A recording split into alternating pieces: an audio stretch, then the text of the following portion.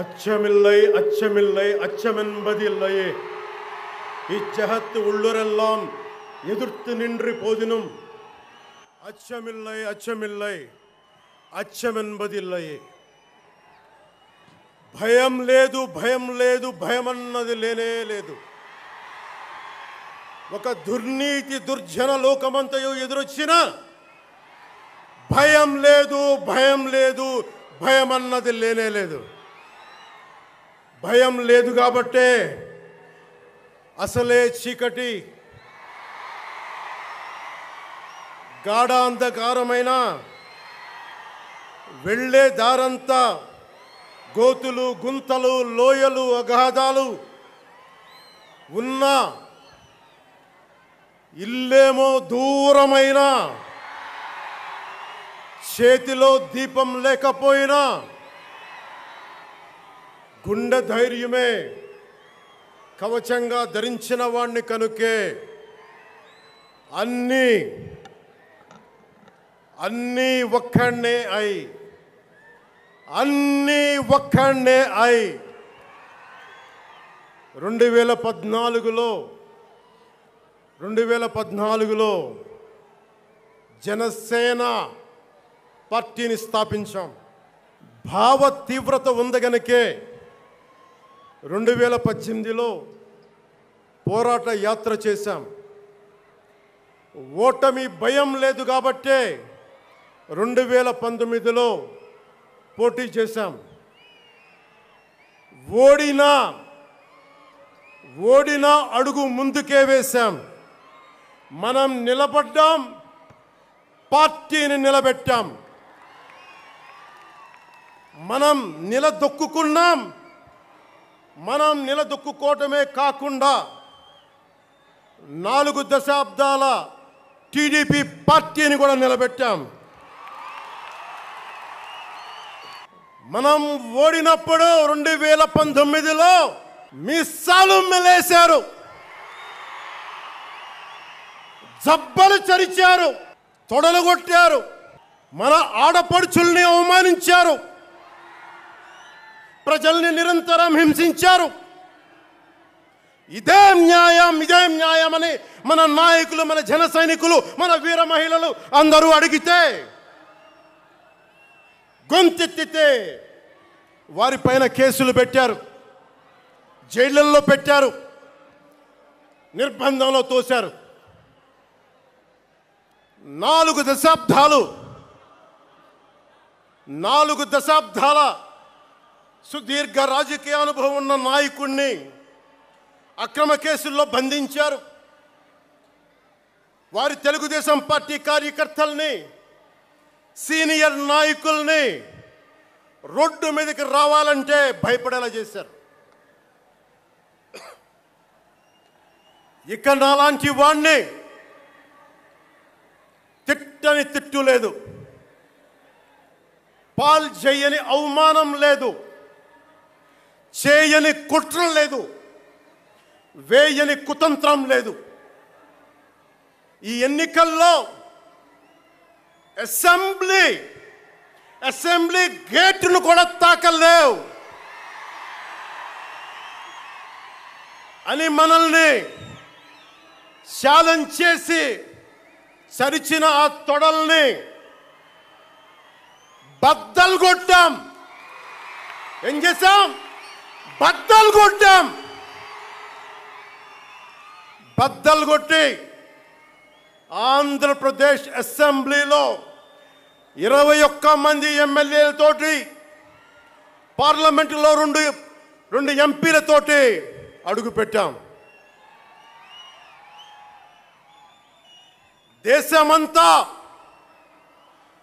దేశమంతా తల తిప్పి తిరిగి చూసేలా 100% స్ట్రైక్ రేట్తో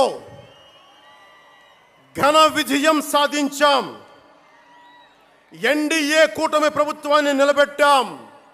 ఈరోజు జయకేతనం ఎగరేస్తున్నాం.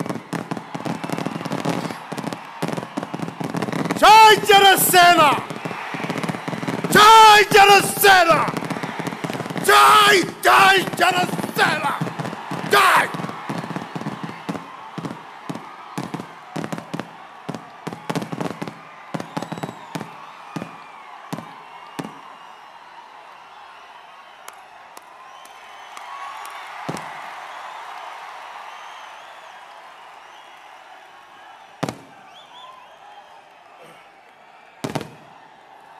భరత భూమి నేర్పినదో, ప్రజాకోటి నేర్పినదో నిజమేమిటో కానీ ఒట్టి చేతిలో శత్రువుపై దుమికే శక్తి ఉంది అని చెప్పిన దాశరథి కృష్ణమాచార్య మాట బలం తెలంగాణకే కాదు, నెల్లూరులో చదువుకున్న నాకు కూడా. అందుకేనేమో అలా మన జనసేన జన్మస్థలం తెలంగాణ అయ్యింది, కర్మస్థలం ఆంధ్ర అయ్యింది. రుద్రవీణ వాయిస్తా, అగ్ని ధారలు కురిపిస్తా, తిరుగుబాటు జెండా పట్టిస్తా, దుష్ట పాలన నుండి విముక్తి కలిగిస్తా అన్న కృష్ణమాచార్య మాటలు మాకే కాదు, మబ్బుల్లో పరిగెత్తే పిడుగులు, వేట కోసం బయటకొచ్చిన కొదమ సింహాలు వారికి కూడా ఊతమిచ్చినాయి. ఊతమివ్వబట్టే 24 ఎన్నికల్లో దాష్టీక ప్రభుత్వాన్ని దించి కూటమి ప్రభుత్వాన్ని, ఎన్డీఏ కూటమి ప్రభుత్వాన్ని గెలిపించారు. అందుకని మీ అందరికీ గుండెల్లోతుల్లో నుంచి ధన్యవాదాలు.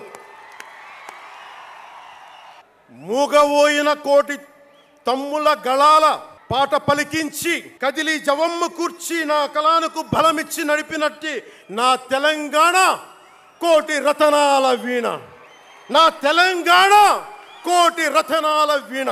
అలాంటి కోటి దివిటీల క్రాంతి జ్యోతి తెలంగాణకు ఆ రోజున కరెంట్ షాక్ తగిలి చనిపోబోయిన నాకు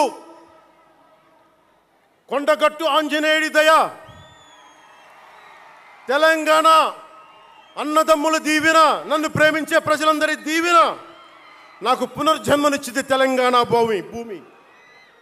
అలాంటి తెలంగాణ నేల తల్లికి నా వందనాలు, హృదయపూర్వక వందనాలు. బండెనక బండి గట్టి 16 బండ్లు గట్టి ఏ బండిలో పోతావు కొడక నైజాం సర్కార్ రోడా అని కాలిక గజ్జగట్టి చేత కర్ర బట్టి కాలిక గజ్జ కట్టి ఆటనే పాటనే ఆయుధంగా మలిచిన వాడు, యువత గుండెల్లో పోరాట స్ఫూర్తిని నింపిన వాడు, నేను కనిపిస్తే ఎలా ఉన్నావురా తమ్మి అని ఆప్యాయంగా పలకించే మన మధ్య లేని నా అన్న, నా గద్దరన్న, నేల నుంచి వచ్చిన నా తెలంగాణ జన సైనికులకి, జనసేన నాయకులకి, వీర మహిళలకు నా హృదయపూర్వక శుభాకాంక్షలు. మా ఆడపడుచులు, మా వీర మహిళలు, మీ పోరాట స్ఫూర్తిని నేను మర్చిపోలేను. మీరు నా దృష్టిలో, ప్రజల దృష్టిలో, అందరి దృష్టిలో మీరు రాణి రుద్రమ్మలు, వీరనారి గున్నమ్మలు, మా జనసేన వీర మహిళలు. మా జనసేన ఆడపడుచులు అందరి క్షేమం కాంక్షించే సూర్యదేవుని లేలేత కిరణాలు. తేడా వస్తే కాల్చి కథం చేసే లేజర్ బీములు మా జనసేన వీర మహిళలు. అలాంటి మీకు, మా ఆడపడుచులకి, మా వీర మహిళలకి నేను మీకు రుణపడి ఉంటాను. సీనియర్ నాయకులు కొనతాల గారు చెప్పినట్టుగా ఈరోజు హోలీ పర్వదినం. రంగులు, ఉత్సాహం, మైత్రిని పంచే పండగ. చెడు పోయింది, మంచి వచ్చిందని చెప్పి రంగులు జల్లుకునే పండగ. మన జయకేతనం ఎగరవేసిన రోజున హోలీ కూడా రావటం యాదృచ్ఛికం కాదు, భగవంతుడి నిర్ణయం. అందుకని దేశ ప్రజలందరికీ నా హోలీ శుభాకాంక్షలు తెలియజేస్తా ఉన్నాను. ये भगवान का आशीर्वाद है कि जनसेना का यह खास दिन होली के पावन त्योहार के साथ आया है. मेरे लिए होली रंगों का त्योहार है, एकता का त्योहार है, दोस्ती का उत्सव है, खुशी और उल्लास का पर्व है.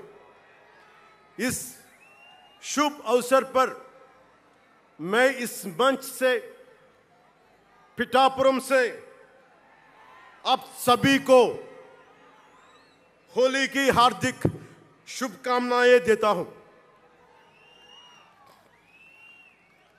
తమిళనాడు నుంచి నాకు ఎంతో ప్రేమనిచ్చారు. మన స్పీచ్లు చూస్తారంట నాకు తెలియదు. మన తమిళనాడు పర్యటనకి వెళ్తే అందరూ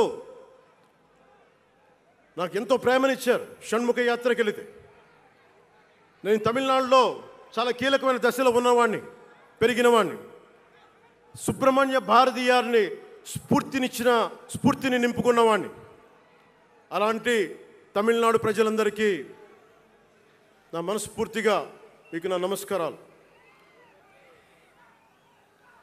రమణ మహర్షి ఉళ్ళిట్ట ఎన్నట్లు సిద్ధర్గల్ వాళింద సిద్ధపేట్ల సిద్ధర్ భూమి ఉలహ పుదుమరియం తిరుక్కురళవై உலகுக்கு தந்த ஞான பூமி அச்சமில்லை அச்சமில்லை என முழங்கிய மகாகவி பாரதியார் வீரபூமி உலகத்தை ரட்சிக்கும் கந்தசஷ்டி கவசம் எனும் அருண்கோடை தந்த ஆன்மீக பூமியாம் தமிழகத்தை சேர்ந்த என் அன்பு உள்ளங்களுக்கு எனது அன்பு நிறைந்த வணக்கங்கள்.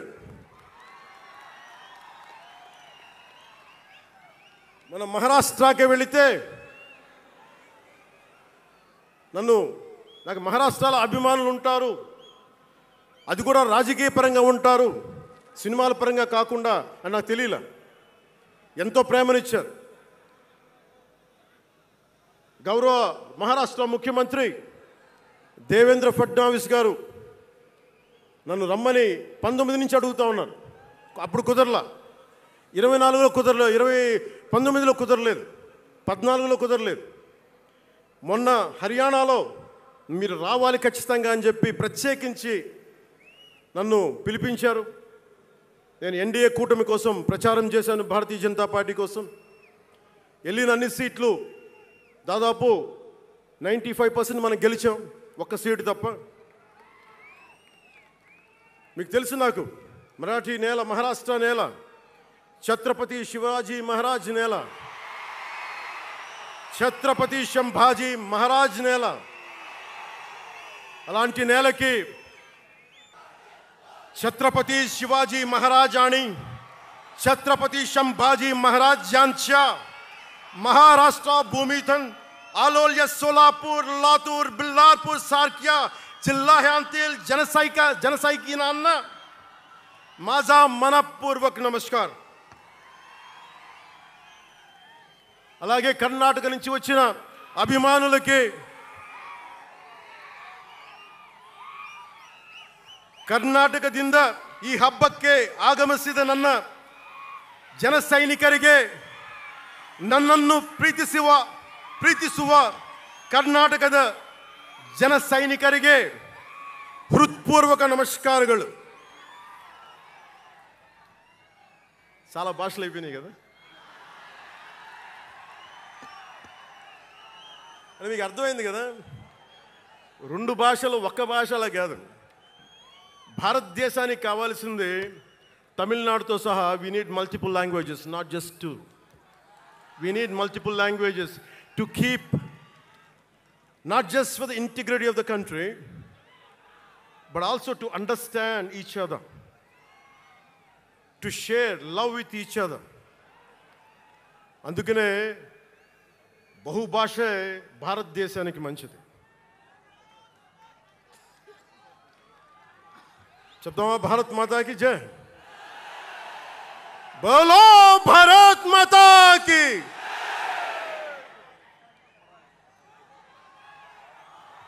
అలాగే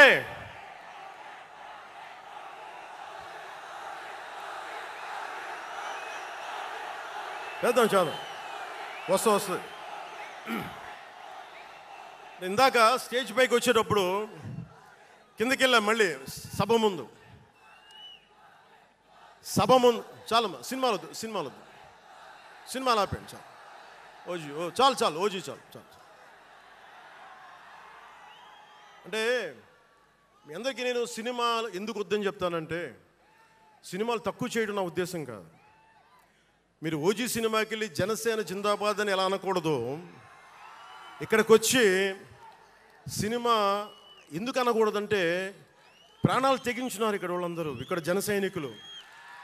ఎందుకు సినిమా మాట్లాడకూడదు అంటే, 450 మంది పైచీలకు జన సైనికులు సినిమాలను కాదు సిద్ధాంతాలు నమ్మి చనిపోయారు. వారి గౌరవం కోసం.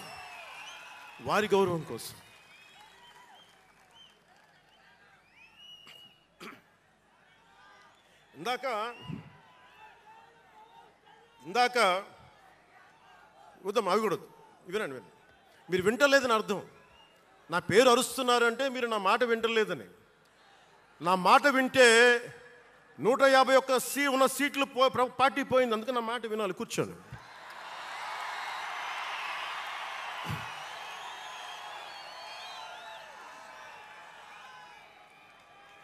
ముందుగా నేను 11 సంవత్సరాల క్రితం పార్టీ పెట్టినప్పుడు, ఈరోజు మీకు డేటాలు చెప్పను, ఎన్డీఏ ప్రభుత్వం గురించి వీటిని చెప్పను.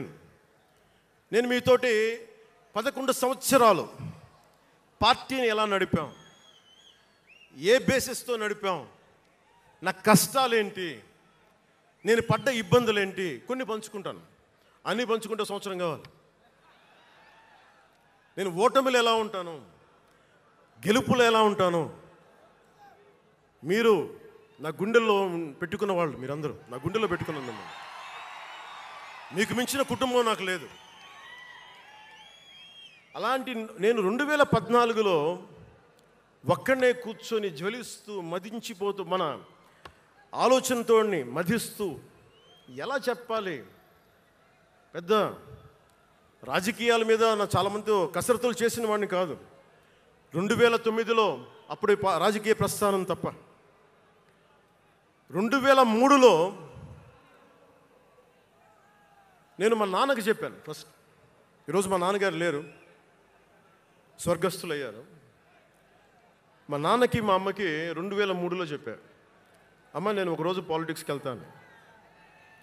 మా నాన్నకి నచ్చల మాట. శుభ్రమైన కెరీర్ పెట్టుకొని పిచ్చేంట్రా నీగా నేను.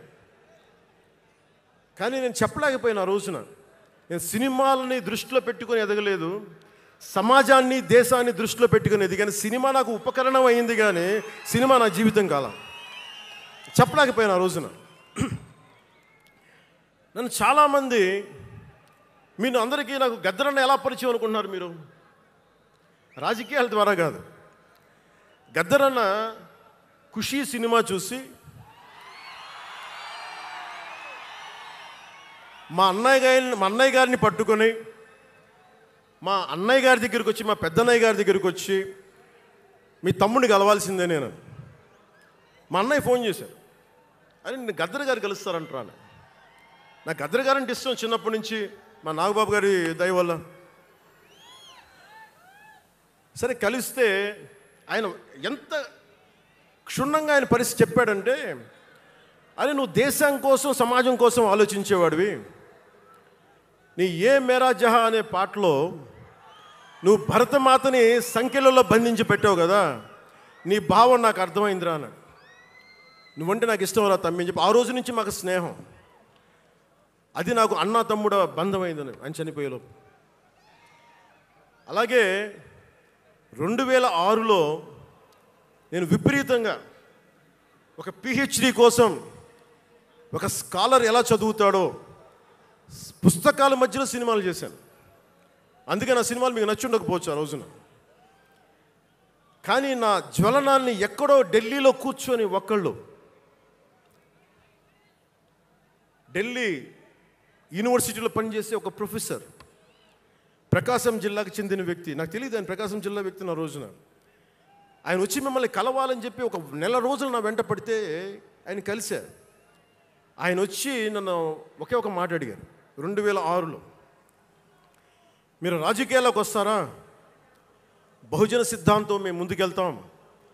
చాలామంది అడిగి నన్ను పంపించారు, మీరు సంసిద్ధం అంటే నేను మాట్లాడతాను, నేను కదుపుతానంటే ఆ రోజున నాకు ఇంకా మెచ్యూరిటీ లేదు. ఒక కుటుంబాన్ని నడపడానికే చాలా శ్రమ పడాలి. ఒక కుటుంబాన్ని ఏకతాటిపైన తీసుకురావాలంటే నేను కష్టపడాలి. ఒక సినిమా చేయాలంటే నేను ఇంత కష్టపడాలి. ఇన్ని కోట్ల మందికి సంబంధించిన జీవితాన్ని ఒక భావంతో కట్టిపడేయాలంటే నాకు ఇంకా అంత మెచ్యూరిటీ లేదు. మెచ్యూరిటీ వచ్చిన రోజున మీకు తెలియజేస్తానని చెప్పాను. ఆ వ్యక్తి అప్పటి నుంచి ఇప్పటిదాకా అరుదుగా అప్పుడప్పుడు కలుస్తూ ఉంటాను. ఈ రోజున హైదరాబాద్ సెంట్రల్ యూనివర్సిటీ ప్రొఫెసర్, మీలో కొంతమందికి తెలిసి ఉండొచ్చు, ప్రొఫెసర్ శ్రీపతి రాముడు గారికి మనస్ఫూర్తిగా నా ధన్యవాదాలు తెలియజేస్తున్నాను. వారిని వేదికపైకి రమ్మని మనస్ఫూర్తిగా కోరుకుంటా ఉన్నాను. ఎందుకంటే మీరు ఓజీ ఓజీ అని అరుస్తూ ఉంటే నన్ను సినిమాల కంటే కూడా సినిమాల్లో ప్రజలకి పనిచేసే మనిషిని చూశారు ఇలాంటి మేధావులందరూ, పోరాట యోధులందరూ. సో నాకు ఎప్పుడు కూడా ఆయన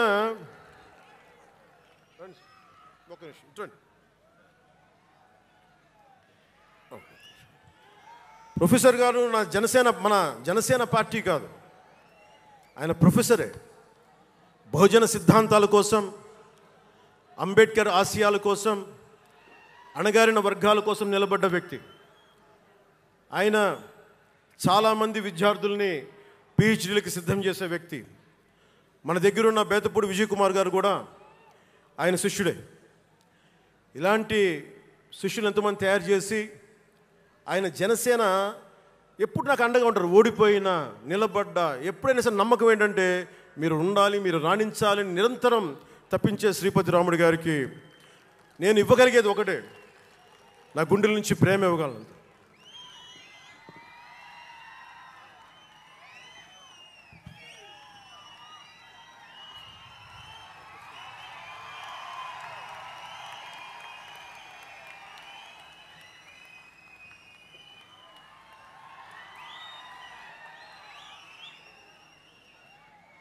అంటే కృతజ్ఞత అనేది ఎంత అవసరం, గుర్తింపు ఎంత అవసరం అంటే మనం ఏదో అయినప్పుడు కాదు, ఏవి అవ్వనప్పుడు మనం వెంట నిలబడాల్సింది. నేను థ్యాంకింగ్ నోట్స్ చెప్దాం అనుకున్నా. ఎవరికి చెప్పాలి? ముందుగా ఈ సభా వేదిక కోసం పారిశుద్ధ్య సిబ్బందికి, నా గుండెల్లో పెట్టుకొని గౌరవించే నా పారిశుద్ధ్య సిబ్బందికి ముందుగా మీ అందరికీ నా హృదయపూర్వక నమస్కారాలు, హృదయపూర్వక ధన్యవాదాలు. యాక్చువల్గా నేను అనుకుంది ముందుగా పారిశుద్ధ కార్మికులకి సన్మానం చేసి స్పీచ్ మొదలు పెడదామని. ఎక్కువ మంది ఉండటం వల్ల మన సమయం సరిపోదు కాబట్టి రేపు పొద్దున మన సీనియర్ నాయకులందరినీ, సోదరులు నాగబాబు గారిని, ఎమ్మెల్సీ వారిని గౌరవించి చేయవలసిందిగా నేను కోరుకుంటున్నాను. అలాగే దారి పొడవునా శుభాకాంక్షలు తెలియజేసిన హోర్డింగ్స్ ద్వారా నా సోదరులు సోదరీమణులందరికీ, ప్రతి ఒక్కరికి, నాయకులందరికీ నా ధన్యవాదాలు. డిప్యూటీ సీఎం పేషి అధికారులందరికీ కూడా నా ధన్యవాదాలు. నా సెక్యూరిటీ సిబ్బందికి కూడా నా ధన్యవాదాలు. ఈ ఆవిర్భావ దినోత్సవానికి ముందుండి నడిపించిన గౌరవ సివిల్ సప్లైస్ మంత్రి, Janasena political affairs committee chairman, నన్ను కాలానికి నా పరీక్షలు పెట్టి కానీ ఒకసారి నిర్ణయం తీసుకున్న తర్వాత ఓడిపోయినా కానీ వెన్నంటే నిలబడ్డ నా సోదరుడు పిఎస్సి చైర్మన్, గౌరవ సివిల్ సప్లైస్ మంత్రి శ్రీ నాదెండ్ల మనోహర్ గారికి నా హృదయపూర్వక ధన్యవాదాలు.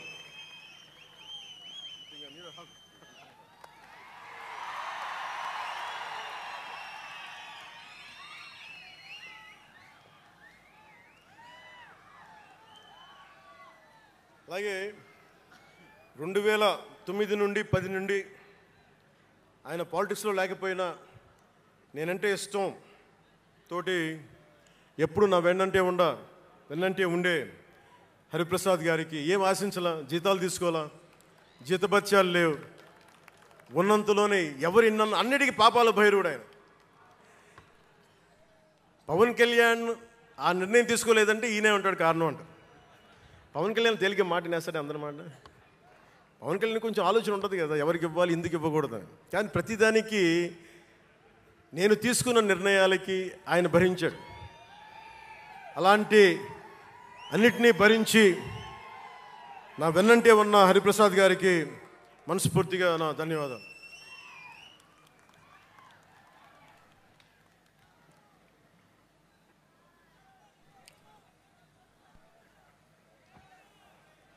అలాగే అన్ని కమిటీల సభ్యులందరికీ పేరు పేరున, కేకే గారికి, తెగించే గుణమున్న పంచకర్ల సందీప్కి, పోరాటం చేసిన నాయకులందరికీ నా ప్రత్యేక ధన్యవాదాలు. సోషల్ మీడియా సిబ్బందికి, స్టేజ్ కల్చరల్ ఆర్టిస్టులందరికీ, ఫుడ్ సప్లయర్స్ అందరికీ, దాతలకి, డాక్టర్స్ టీమ్కి, ప్రతి ఒక్కరికి నా హృదయపూర్వక నమస్కారాలు.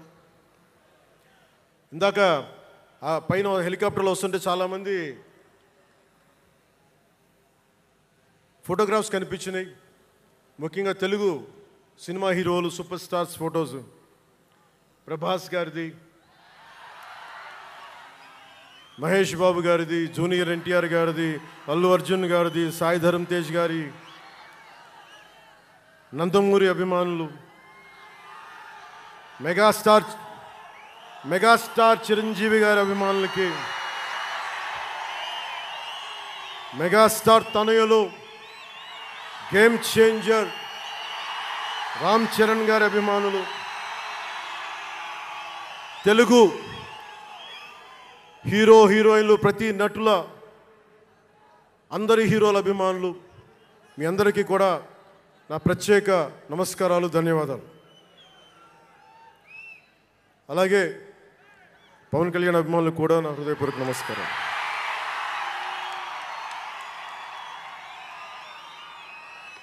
మద్దతు ఇచ్చిన జనసేనతో పాటు ఎన్డీఏ కూటమి పక్షాలైన తెలుగుదేశం, బీజేపీ నాయకులకు, కార్యకర్తలకు నా ప్రత్యేక ధన్యవాదాలు. అసలు మనం ఇంత ఘన విజయం సాధించాం. మనం కలిసి పోరాటం చేశాం, కష్టాలు ఉన్నప్పుడు చెయ్యనందించాం. అది గుర్తుపెట్టుకొని ఈ రోజున డిప్యూటీ ముఖ్యమంత్రి, ఉప ముఖ్యమంత్రిగా కలిసి ఒక వ్యక్తితో బలవంగా ప్రయాణం చేస్తూ ఉన్నాను. 4 దశాబ్దాల సుదీర్ఘ అనుభవం రాజకీయ నాయకులు, హైటెక్ సిటీని రూపకల్పన చేసిన దార్శనికుడు, క్లేమోర్ మైన్స్ తోటి పేల్చేస్తే కింద పడితే దులుపుకొని మళ్ళీ రాజకీయాల్లో తిరిగి నెక్స్ట్ డే డ్యూటీలోకి వచ్చిన బలమైన నాయకుడు, శ్రీ గౌరవ ముఖ్యమంత్రి శ్రీ నారా చంద్రబాబు నాయుడు గారికి, వారి తనయులు శ్రీ నారా లోకేష్ గారికి నా హృదయపూర్వక ధన్యవాదాలు, నమస్కారాలు.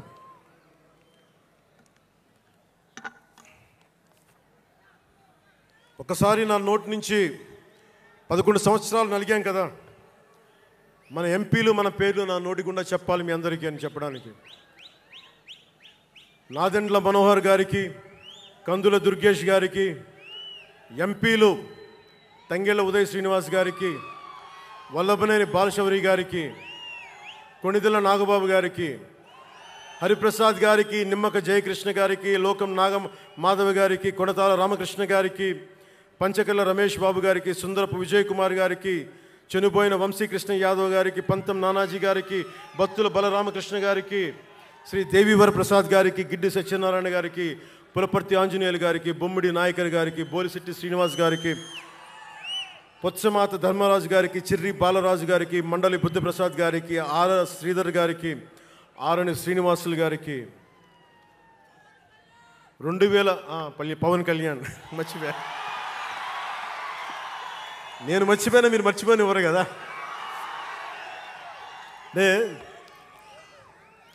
ఇది మన 11వ సంవత్సరం, వారు 11కి అంకితం చేశాం.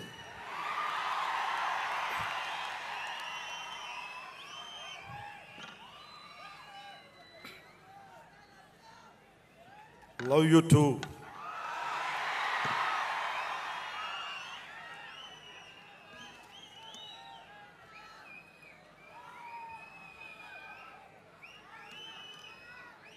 అలాగే ఈ సభకి పోలీస్ వ్యవస్థ మీకు తెలుసు, మనం ఎంత నలిగిపోయామో. గత 5 ఏళ్లలో మనం ఎంత నలిగిపోయామో మీకు తెలుసు. ఎన్ని ఇబ్బందులు పాలు చేశారో తెలుసు. ఆ రోజు నుంచి కూడా ఈ రోజుకి వరకు నాకు పోలీస్ శాఖ అంటే చాలా గౌరవం. ఎందుకంటే పోలీస్ శాఖకి స్వయం నిర్ణయాలు చేసే హక్కు ఉండదు, డ్యూటీయే ఉంటుంది. బ్రిటిష్ వాళ్ళు పరిపాలించినప్పుడు పోలీస్ కూడా బ్రిటిష్ అధీనంలో పనిచేశారు తప్ప వాళ్ళకి ఇవ్వబడ్డ డ్యూటీ చేశారు. భగత్ సింగ్ని కొట్టమంటే కొట్టారు, జైల్లో పెట్టమంటే పెట్టారు, గాంధీ గారిని లాక్కెళ్ళిపోమంటే లాక్కెళ్ళిపోయారు. వాళ్ళు చేయకపోతే అది డ్యూటీకి విరుద్ధం అవుతుంది, చేయక తప్పదు. మరి అదే పోలీస్ ఆ రోజున వచ్చారు. స్వాతంత్రం వచ్చిన తర్వాత మిలిటరీ కూడా అంతే. అందుకనే నాకు పోలీస్ శాఖ మీద ఎప్పుడు వ్యక్తిగతంగా కోపం ఉండదు, ఏదో కొద్దిమంది వ్యక్తులు ఎక్కువ చేస్తే తప్ప. అలాగా ఈ రోజున చాలా గొప్పగా నిలబడ్డ, సహకరించిన పోలీస్ అధిపతి డీజీపీ గారికి, కాకినాడ జిల్లా ఎస్పీ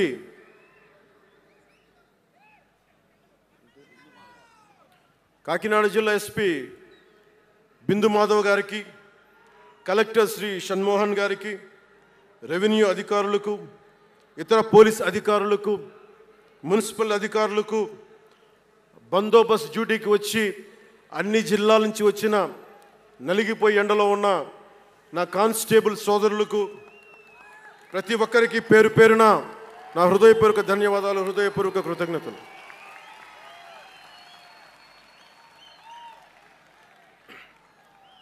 నా ఇష్టం, నా కోరిక ఎప్పుడూ సగటు మనిషిగా ఉండటమే. తన పని తను చేసుకుంటూ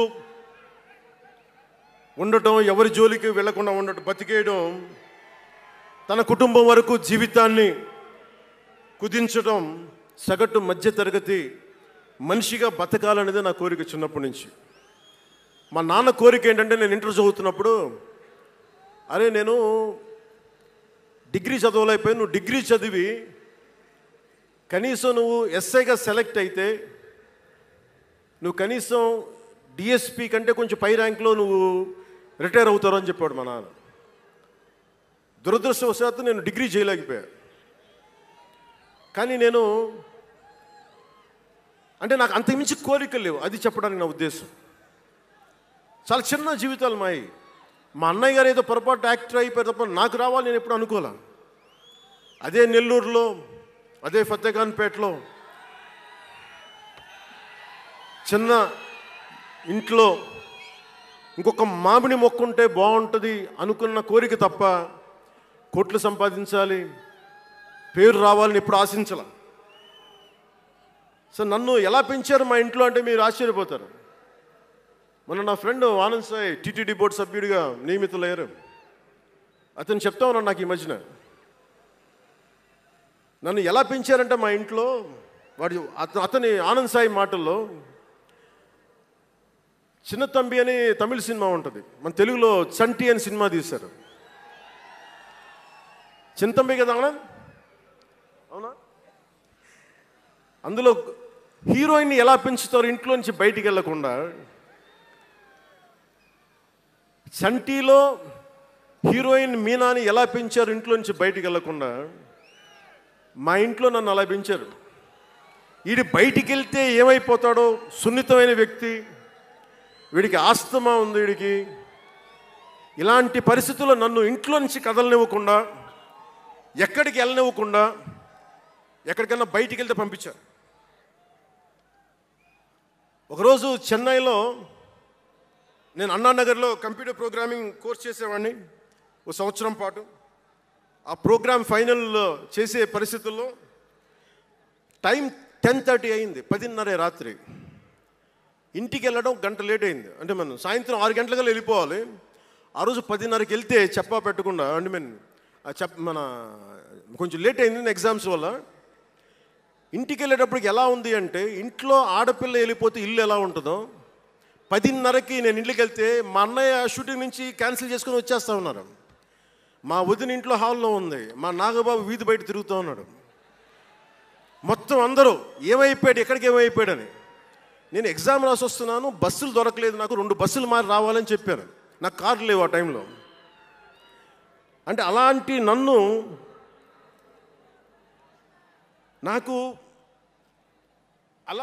పెంచారు. ఇది మా నాగబాబు గారు ఇక్కడే ఉన్నారు, అడగండి, ఆ రోజు గుర్తుండి ఉంటుంది ఆయనకి. అలాంటి నన్ను పాలిటిక్స్ చేస్తానని కానీ, సినిమాల్లోకి వస్తానని కానీ ఎవరు ఊహించలే. ఎందుకంటే నేనే ఊహించలే. పోనీ 18 ఏళ్ల వయసులోనో 20 ఏళ్ల వయసులోనో 10:30కి లేటుగా వచ్చామంటే ఒక అర్థం ఉంటుంది. అక్కడమ్మాయి ఇక్కడ అబ్బాయి, గోకులంలో సీత, సుస్వాగతం, తొలి ప్రేమ చేస్తున్న సమయంలో, మేబీ తొలి ప్రేమ ముందు అటో ఇటో, సంగీత్ థియేటర్లో, హైదరాబాద్ సంగీత్ థియేటర్లో క్లింట్ ఈస్ట్వుడ్ నాకు ఇష్టమైన హీరో, అతను సినిమాకి వెళ్ళా. బ్రిడ్జెస్ ఆఫ్ మాడిసన్ కౌంటీ అని ఒక ఇంగ్లీష్ నవల్ ఆధారంగా తీశారు. అది నాకు ఇస్తుంది ఆ నవల్. సో ఎలా తీశారని చెప్పి నేను షూటింగ్ రిలీజ్ కూడా అయిపోయినట్టుంది తొలి ప్రేమ. నేను నా ఫ్రెండ్ ఆనంద్ సాయిని, హరీష్ పాయిని, ఇంకో 2-3తోటి సెకండ్ షోకి వెళ్ళా. సెకండ్ షోకి వెళ్ళి ఇంటికి వస్తే కింద మా నాన్న, ఇంట్లో పైన రూమ్లో పడుకోవాల్సిన మా నాన్న కింద కుర్చీ వేసుకొని, ఓ నీల్ కమల్ చైర్ వేసుకొని నా కోసం వెయిట్ చేస్తూ ఉన్నాడు. ఎక్కడికి రా వెళ్ళామని. షూటింగ్ అన్నాడు. షూటింగ్ అన్నాడు, సినిమాకి వెళ్ళానంటే ఆయన ఎట్లా తిట్టాడంటే నన్ను, నేను చాలా తప్పుడు పనులు చేసేస్తున్నట్టుగా, ఏదో బార్లో కూర్చొని తాగేసినట్టుగా. నేను అప్పటికి కొంచెం గుండె ధైర్యం తెచ్చుకొని చెప్పాను. అక్కడ మా నాన్నంటే భయం, చిన్నప్పుడు చాలా కొట్టేవాడు మా నాన్న మమ్మల్ని. ఆ భయం నన్ను కొట్టింది తక్కువ కానీ మా అన్నయ్యని కొట్టింది ఎక్కువ. సో యముడికి మొగుళ్ళలో ప్రసాద్ బాబు ఉంటాడు. చిరంజీవి గారు పక్క వ్యక్తిని కొడితే ఇతను లైన్లోకి వచ్చేస్తాడు. అక్కడ నేను డిసిప్లిన్లోకి వచ్చాను. అట్లాగే వీళ్ళని కొడితే నేను డిసిప్లిన్లోకి వచ్చాను. నాకు ఆయన కొట్టక్కర్లేదు, నేను డిసిప్లిన్గా ఉంటాను. సో నాకు మా నాన్న చూడగానే భయం వేసింది. కొడతాడా గబుక్కున బాగుండదేమో అనుకునేవాడిని. నేను చెప్పాను కొంచెం బలం తెచ్చుకొని, 3 సినిమాలు హిట్లు వచ్చినాయి, 4వ సినిమా రిలీజ్ అయ్యి హిట్ అయింది తొలి ప్రేమ. నాన్న నేను హీరో నన్న సంగతి కూడా మర్చిపోకు, నువ్వు అర్థం చేసుకో అని చెప్పాను. ఇంకా ఎక్కువ తిట్టాడు. అంటే మా నాన్న తిట్లు ఎలా ఉన్నాయంటే చెప్పలేను. కానీ ఈ అర్ధరాత్రి అపరాత్రి తిరుగుళ్ళు ఏంట్రా, ఈ సెకండ్ షోలకి వెళ్ళడం ఏంటి, ఏదో హీరో అయ్యావు అయితే అన్ని హెల్ప్ చేసేస్తావా అని తల ఉంచుకొని పైకి వెళ్ళిపోయాడు. అంటే అలాంటి నేను ఇన్ని కోట్ల మందికి సంబంధించిన పాలిటిక్స్ చేయాలంటే భగవంతుడు రాసిన రాత కాకపోతే నేను కోరుకున్నదా కాదు అది. అలాంటి వాతావరణంలో పెరిగిన నేను ఈ సినిమాలు ఏంటో, ఈ పాలిటిక్స్ ఏంటో, పార్టీ పెట్టడం ఏంటో అని అనుకుంటే అంటే ఇందాక ఎందుకు బయటికి వెళ్ళానంటే ఇవన్నీ ఆలోచిస్తున్నా. ఇదంతా భగవంతుడు మాయ తప్ప నాది కాదు నాకు తెలుసు. అలాంటి జీవితానికి దారి ఏర్పరిచింది, ప్రజా సమస్యలపై నిలబడేలా చేసింది, పార్టీ పెట్టనిచ్చింది నాలోని భావ తీవ్రత. పార్టీ పెట్టనిచ్చింది భావ తీవ్రత, పుస్తక పఠనం, డబ్బులు సంపాదించాక ఖర్చు పెట్టనంటే ఎలా కుదరదో, వద్దనుకున్న ఏదోలా ఖర్చు అయిపోతాయి. అలాగా కొంత జ్ఞానం వచ్చాక, కొంత చదివాక, కొంత చెయ్యగలిగే సత్తా ఉన్నాక నేను ఊరికనే కూర్చుంటాను, నేను ఏమి చెయ్యనంటే జీవితం అలా ఉండనివ్వదు. అలాంటి నన్ను ఏదో సాటర్డే సండే షూటింగ్ ప్రాక్టీస్కి వెళ్ళి మెడ్రాస్ రైఫిల్ క్లబ్లో, మార్నింగ్ లయలో కాలేజీలో జాగింగ్ చేసుకొని, ఇంటికి వచ్చి పుస్తకాలు చదువుకొని, మా వదినకి ఏదైనా అవసరమైతే పనులు చేసి పెట్టి, ఇలాంటి నేను సగటు మనిషి, మధ్యతరగతి మనిషి, అంతకుమించి వేరే పట్ల. పనగల్ పార్క్ వెళ్ళి కూరగాయలు తీసుకురావడం, వంకాయ ఎంత, తక్కాలి ఎంత, అంటే మన ఉల్లిపాయలు వంకాయలు ఎంత అని ఇట్లాంటివి తీసుకొచ్చేవాడిని. నెల్లూరులో పెద్ద బజారు వచ్చి, మన పెద్ద బజారు చిన్న బజారుకి వెళ్ళి ఇంటికి కావాల్సిన సామాన్లు తీసుకొచ్చేవాడిని. నాకు అంతకుమించి జీవితాన్ని కోరుకోలేదు నేను. అలాంటిది నేను యాక్టర్ అయ్యాను, ఈరోజున పొలిటికల్ లీడర్ అయ్యాను, దేశమంతా గుర్తించే అయ్యానంటే ఇది ఏది కూడా నేను కోరుకుంది కాదు, నాకు ఇవ్వబడింది. అందుకే నేను కర్మే చేస్తాను, నేను ఫలితం ఆశించను.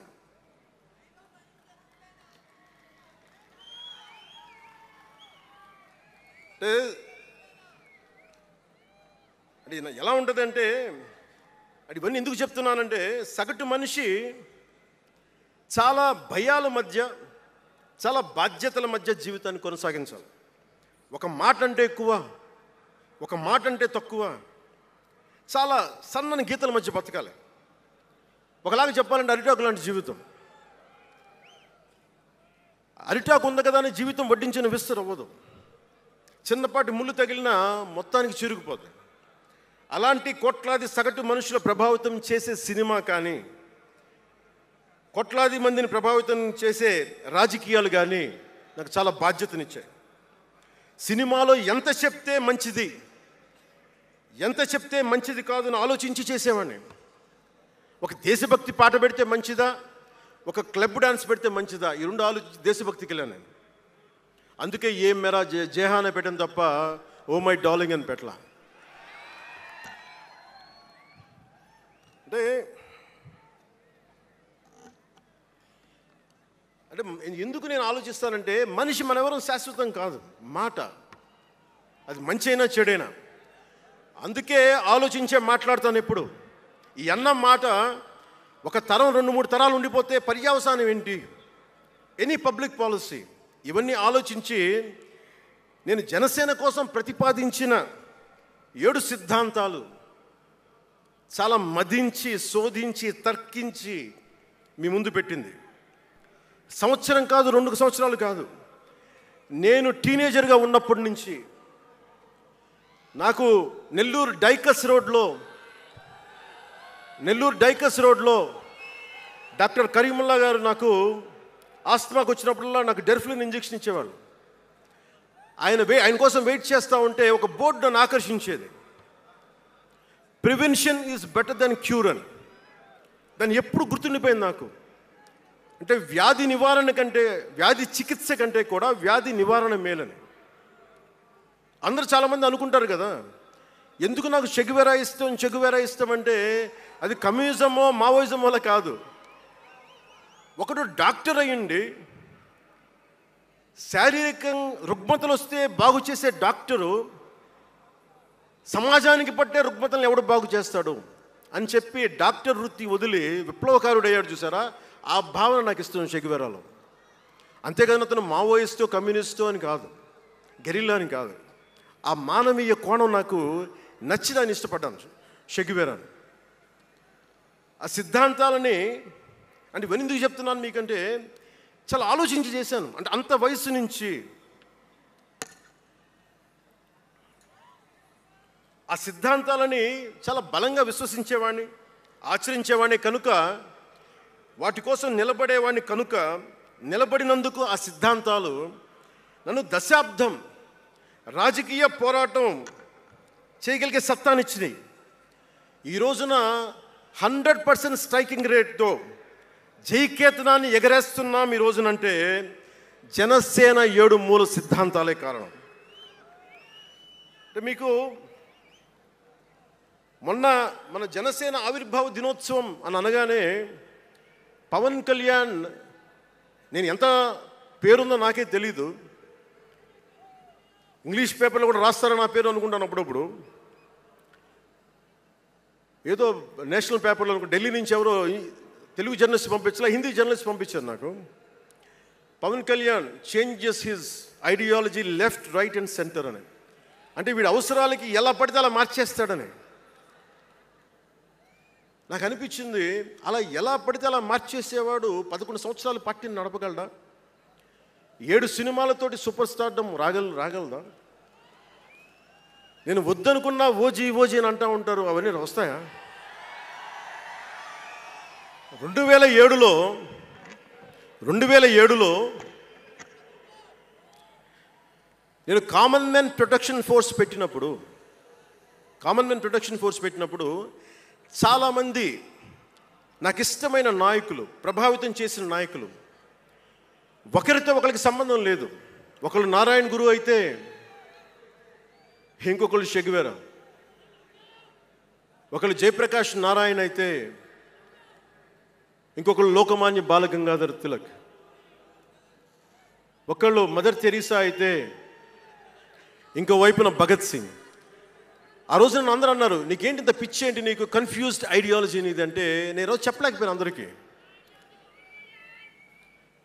పవన్ కళ్యాణ్ ఐడియాలజీ ఏంటంటే ఇంత భిన్నమైన వ్యక్తుల్లో ఏకత్వం చూడగలగడం పవన్ కళ్యాణ్ ఐడియాలజీ.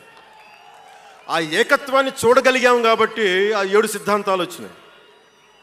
నాకు ఒక్కొక్కరిలో నాకు నచ్చిన అంశాన్ని తీసుకొని నాకు వ్యక్తిగతంగా బలం ఇవ్వడం చూశాను. అది నా మీద ఎంత ప్రభావితం చూపించింది, అది ఎంత సక్సెస్ ఇచ్చిందో కూడా నాకు తెలుసు. అంటే నేను అందరిలాగా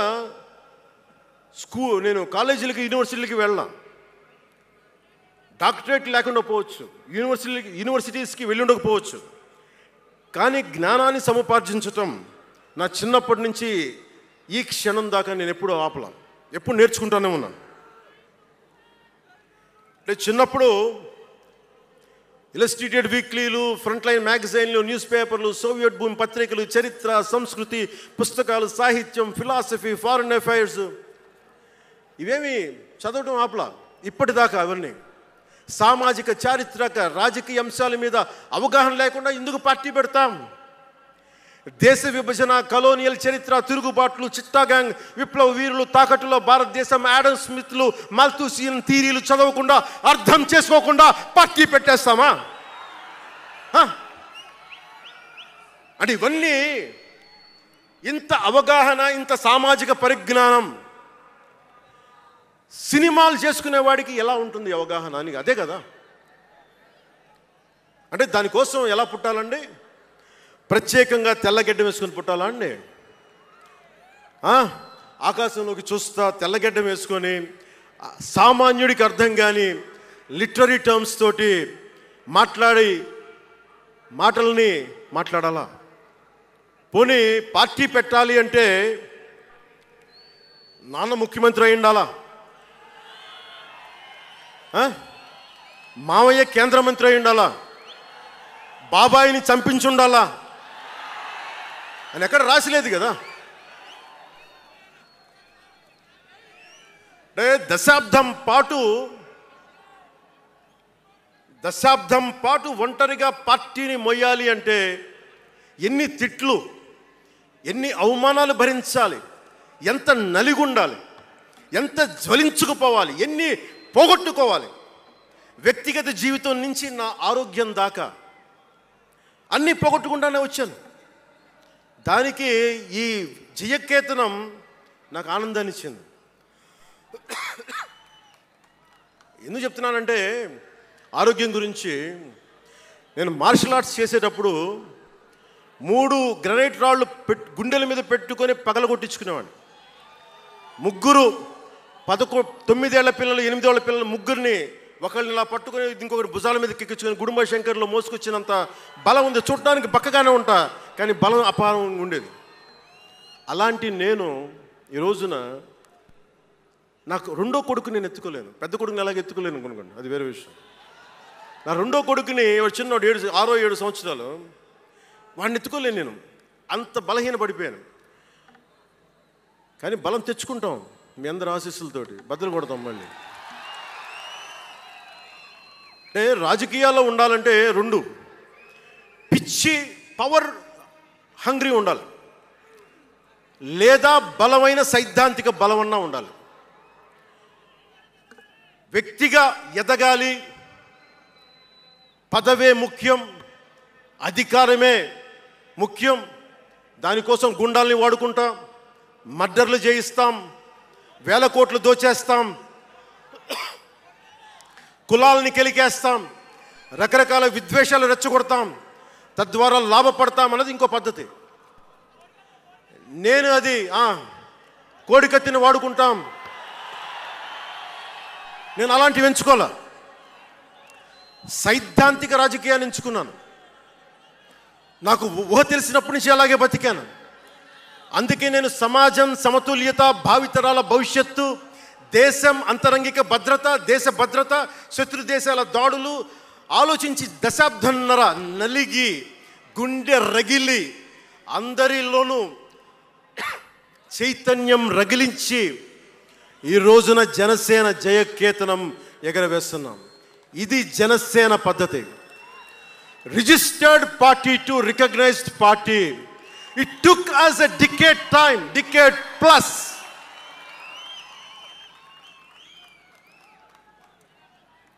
అంటే నువ్వు ఎలా మార్చేసుకుంటావంటారు, నువ్వు అలా పడితే ఎలా మార్చేసుకుంటావని మాట్లాడతారు. అరే ఒక మనం ప్రార్థించే నదే, గంగమ్మ అవ్వచ్చు, కృష్ణమ్మ అవ్వచ్చు, దేవత అవుతుంది, పడవలకి రస్తా అవుతుంది, పంట కాలువలకి పొలాల్లోకి దూరే పంట కాలువ అవుతుంది. మార్పు అనేక రకాలుగా ఉంటుంది. ఇక్కడ నువ్వు గంగని నదిగా చేసావు, ఇక్కడ నువ్వు స్నానం చేయకూడదంటే కుదరదు. చాలా విభిన్నంగా చూడాలి. నేను మార్పు కోసం వచ్చిన వాడిని, ఓట్ల కోసం వచ్చిన వాడిని కాదు. అంటే ఇన్ని మాట్లాడే ఈ ఇంగ్లీష్ పేపర్ వాళ్ళకి I want to give you an example. Who said Pawan Kalyan changes from left, right and center? Let me tell you this. One example from one of your journalist brotherhood, from your journalist brethren, Sri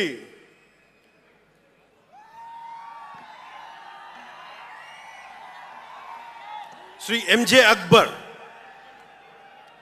He wrote a book called Riot After Riot. ఆ పుస్తకంలో entirety అంతా how BJP is wrong, how BJP is communal అని all the stories he picked up is all about anti BJP. But in 2014 same mister M.J. Akbar has become MP for BJP. బీజేపీని తిట్టిన వ్యక్తే కాంగ్రెస్లో ఉండి బీజేపీకి వెళ్ళి మారగలిగినప్పుడు తప్పులేదు, కానీ నేను ఇన్ని రకాలుగా మాట్లాడి తప్పు అయిపోయింది అది. అంటే ఇది, let me tell you, I blended the best of everybody. I have tested it on myself personally and applied to the party. That's why we got 100% striking rate.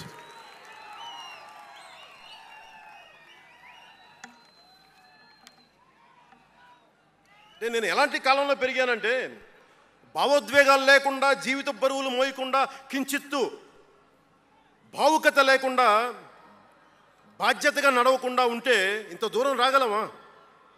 జీవితంలో నిన్న కాకితాళంగా ఎలా జరిగిపోతాయి? అంత ఫ్లూక్ అండి అంటే 21 సీట్లతో 100% వచ్చేస్తామా? 151 సీట్లు ఉన్న ఆ పార్టీని 11 సీట్లకి రానివ్వగలమా? ఎంత పోరాటం చేశాం మనం, ఎంత నలిగాం. వైజాగ్లో మన ఎమ్మెల్యేలు ఎంతమందిని జైల్లో పెట్టారు, ఎంత భయభ్రాంతులను చేశారు. బయటికి వస్తే ఆ రోజు నన్ను అందరూ అడిగారు, మీరు వెంటనే ప్రధానమంత్రి గారికి చెప్పండి, ఫోన్ చేయండి, మీకు తెలుసు కదా అంటే నేను ఒకటే అన్నా, ప్రజల్ని కాపాడటానికి వచ్చాను నేను, నన్ను కాపాడమని ఎవరిని నేను అడగను, ప్రధానమంత్రి గారైనా సరే. ఇది నా నేల, నా పోరాటం. ఇది నా మీద చెయ్యి వెయ్యమని చెప్పండి, చెప్తాను నేనేంటో అని చెప్పాను. అంటే నేను ఎవరో వస్తారని నేను ఎప్పుడు చేయను. నేను ఎంత నిలబడగలను అదే నా మెజర్ అంతే. నేను ఎలాంటి జీవితం నుంచి వచ్చానంటే, నాకు చుట్టుపక్కల పేరెంట్స్ కమ్యూనిస్టులు, పిల్లలేమో క్యాపిటలిస్టులు. అలాంటి లెఫ్ట్ భావాలతో ఉన్న నాయకుల్ని, వారి పిల్లల్ని నేను నెల్లూరులో చూసేవాడిని. అంటే మార్పు అనేది అవసరం. నాన్న కమ్యూనిస్ట్ కదా అని కొడుకు క్యాపిటలిస్ట్ అవ్వకూడదనే రూల్ లేదు. ఇలాగే ఉండాలని ఏం లేదు. అంటే సహజం, అంటే మార్పు చాలా సహజం. ఎదగడానికైనా దిగజారడానికైనా సరే వారి ప్రవర్తనని, వారి ఆలోచన విధానాన్ని బట్టి ఉంటుంది. కులాలను కలిపే ఆలోచన విధానం, భాషలని గౌరవించే సాంప్రదాయం, సంస్కృతుల్ని కాపాడే సమాజం, ప్రాంతీయతను విస్మరించిన జాతీయవాదం, మతాల ప్రస్తావన లేని రాజకీయం, అవినీతిపైన రాజీ లేని పోరాటం, పర్యావరణాన్ని పరిరక్షించే అభివృద్ధి ప్రస్థానం, ఇవన్నీ పెట్టినప్పుడు నవ్వారు అందరూ. అలాంటిది నన్ను ఈ రోజున పర్యావరణ మంత్రిగా తీసుకొచ్చింది ఈ సిద్ధాంతాలే. సిద్ధాంతాన్ని ప్రతిపాదించినప్పుడు చాలా పరిశోధించాలి, చరిత్ర చదవాలి, అవగాహన చేసుకోవాలి, జటిలమైన సందేహాలు వాటికి వివరణ ఇవ్వాలి. ఇవన్నీ కూడా ఉండబట్టే ఈరోజు ఇంత బలంగా నిలబడగలిగాను. నేను ఇంత ఆలోచించి అడుగు ముందుకేస్తాను తప్ప అనాలోచితంగా ఎప్పుడు నేను అడిగాను. ఈ 10 ఏళ్లలో నిలబడ్డాం, బలపడ్డాం, చాలా పడ్డాం కూడా.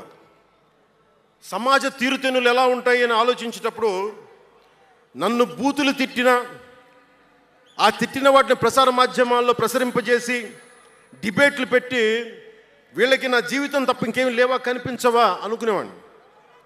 అంటే మీరు చెప్పండి, ఒకళ్ళ ఇంట్లో ఆస్తి తగాదాలు, అన్నా చెల్లెల మధ్య ఆస్తి గొడవలు, రాష్ట్రానికి సంబంధం ఏముంది? అది అసలు ప్రజలు ఆలోచించాల్సింది ముందస్తుగా. అసలు ఎన్నికల్లో చేయడానికి డబ్బులు లేని వాళ్ళ దగ్గర ఇన్ని వేల కోట్లు ఎలా వచ్చినాయి? నేను డిగ్రీలు చదివి, పిహెచ్డీలు చదివి నాకు ఉపాధి రాకపోతే వీళ్ళు కేవలం రాజకీయాల్లోకి వచ్చి 1000 కోట్లు ఎలా సంపాదిస్తారు? దానికోసం వాళ్ళిద్దరు కొట్టుకుంటుంటే అది మనకి ఎలా సమస్య అవుతుంది? ఇది మీరు ఆలోచించాల్సింది. అంతేగాని కూర్చోబెట్టి సినిమా సినిమా సినిమా అంటే మొక్కే కాదంట్లా. మీకు కోపం రావాలి కదా. అన్యాయం జరిగితే కోపం లేని సమాజంలో మార్పు ఎలా వస్తుంది? ఒక్కడికి కోపం వచ్చింది చిన్నప్పుడు, పవన్ కళ్యాణ్కి. ఒక్కడి కోపం వస్తే ఇంత మార్పు వచ్చింది. ఇన్ని లక్షల మంది కోపం వస్తే ఏం జరుగుతుంది మీరు ఊహించగలరా? ఆ కోపమే రావాలి అన్యాయం మీద. ఇక మిగిలింది మనకి భవిష్యత్తులో పైన కాకుండా ఎలాగ మనం ముందుకెళ్ళాలి, ఎలా సిద్ధంగా ఉండాలనేది మనం ఆలోచించాలి. కొన్ని కీలకమైన అంశాలు చెప్పి తెలియజేస్తాను. నార్త్ సౌత్ డివైడ్, ఉత్తర భారతం దక్షిణ భారతం, అలాగే క్యాస్ట్ సెన్సెస్, కులాల గణాంకం, డీలిమిటేషన్ ఇష్యూ, 3 లాంగ్వేజ్ ఫార్ములా, ఇవన్నీ మాట్లాడుతూ ఉన్నారు. వీటి మీద, అలాగే మనం భవిష్యత్తులో సనాతన ధర్మ రక్షణ బోర్డు కానీ, ఫ్రీ హిందీ టెంపుల్స్ కానీ, ఇవన్నిటి మీద ఒకసారి మాట్లాడి నా అభిప్రాయాలు తెలియజేస్తాం. ఎందుకంటే భవిష్యత్తుకి దిశానిర్దేశం చేయాల్సిన సమయం ఇది. అందుకని మీకు కొంచెం ఓపికగా వినండి ఇది. ఎందుకంటే ఇది సరదాలకి, అల్లర్లకి సమయం కాదు. ఇది భవిష్యత్తుని నిర్దేశించే సమయం. దశాబ్దంన్నర తర్వాత వచ్చింది. అంటే 2009 నుంచి ఇప్పుడు దాకా చేస్తే వచ్చింది. సో నేను ఏం కోరుకుంటానంటే, అల్లరి చిల్లరగా ఉండేవాళ్ళు నాకు అవసరం లేదు. నిలకడగా నిలబడేవాళ్ళే నా సైన్యం.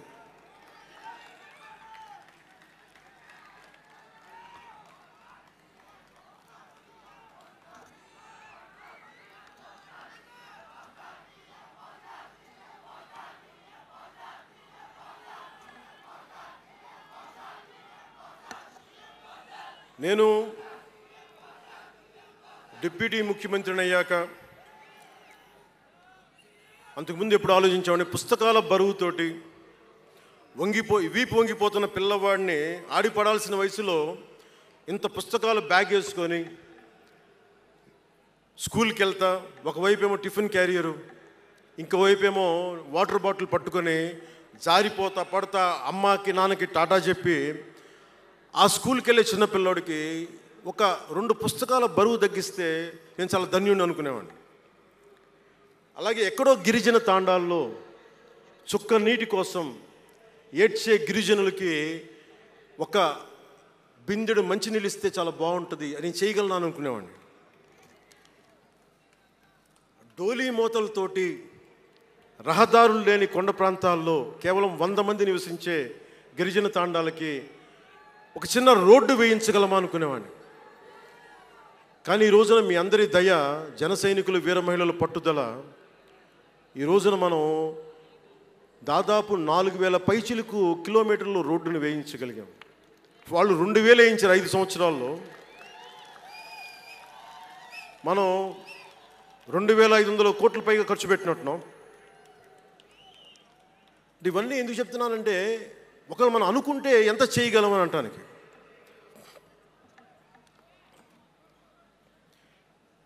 సమస్యలు ఏమున్నాయి మన దేశంలో ఇప్పుడంటే,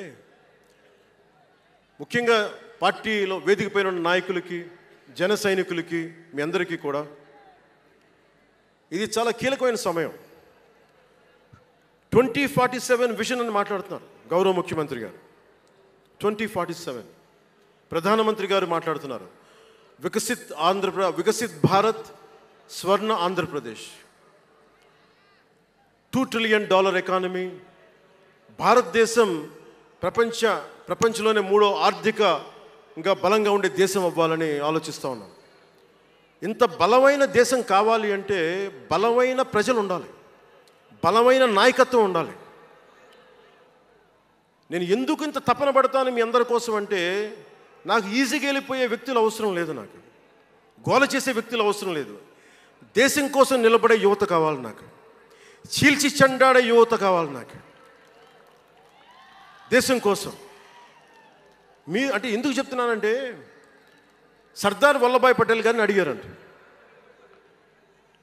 బెంగాల్ రాష్ట్ర విభజనప్పుడు 1920లో విభజిస్తున్నాం అనుకున్నప్పుడు దేశంలో ఉన్న జాతీయ నాయకులు అందరూ వచ్చారు, జరగకూడదని ఆప్ చేశారు. అలాంటిది భారతదేశాన్ని పాకిస్తాన్గా, భారత్గా విభజిస్తుంటే మీరు ఎందుకు చేయలేకపోయారు, ఆపలేకపోయారు? ఒక రాష్ట్రాన్ని ఆపగలిగినప్పుడు ఇది ఎందుకు ఆపలేకపోయారంటే, ఆయన అన్న మాటలు ఏంటంటే, మాకు వయసు అయిపోయింది, పెద్దవాళ్ళం అయిపోయాం, జైలులో నలిగిపోయాం, సరికొత్త యువరక్తాన్ని తయారు చేయలేకపోయాం, మాకు శక్తి సన్నగిల్లింది అని. అందువల్ల వదిలేయాల్సి వచ్చింది చేతులు అని. అది నాకు చాలా ప్రేరణ అయింది. నెక్స్ట్ అందరం గౌరవ ముఖ్యమంత్రి గారు వికసిత్ ఆంధ్రప్రదేశ్ కోసం ఆలోచిస్తున్నారు. నేను వికసిత్ ఆంధ్రప్రదేశ్ కోసం ఆలోచించే వాళ్ళు ఉన్నారు. నేను ఆలోచిస్తుంది భవిష్యత్తుని నిర్మించగలిగే యువ నాయకత్వం. ఈరోజు ఒక్కడు తలుచుకుంటే ఎంతమంది ఎమ్మెల్యేలు వచ్చారో చూడండి. ఫస్ట్ టైం ఎమ్మెల్యేలు ఎంతమంది ఉన్నారు. అలాంటిది మీ నుంచి ఊరికి 100 మంది నాయకుల్ని తయారు చేయాలి. రాష్ట్రం నుంచి జాతీయ స్థాయిలోకి వెళ్ళగలిగే 100 మంది నాయకుల్ని తయారు చేయగలగాలి.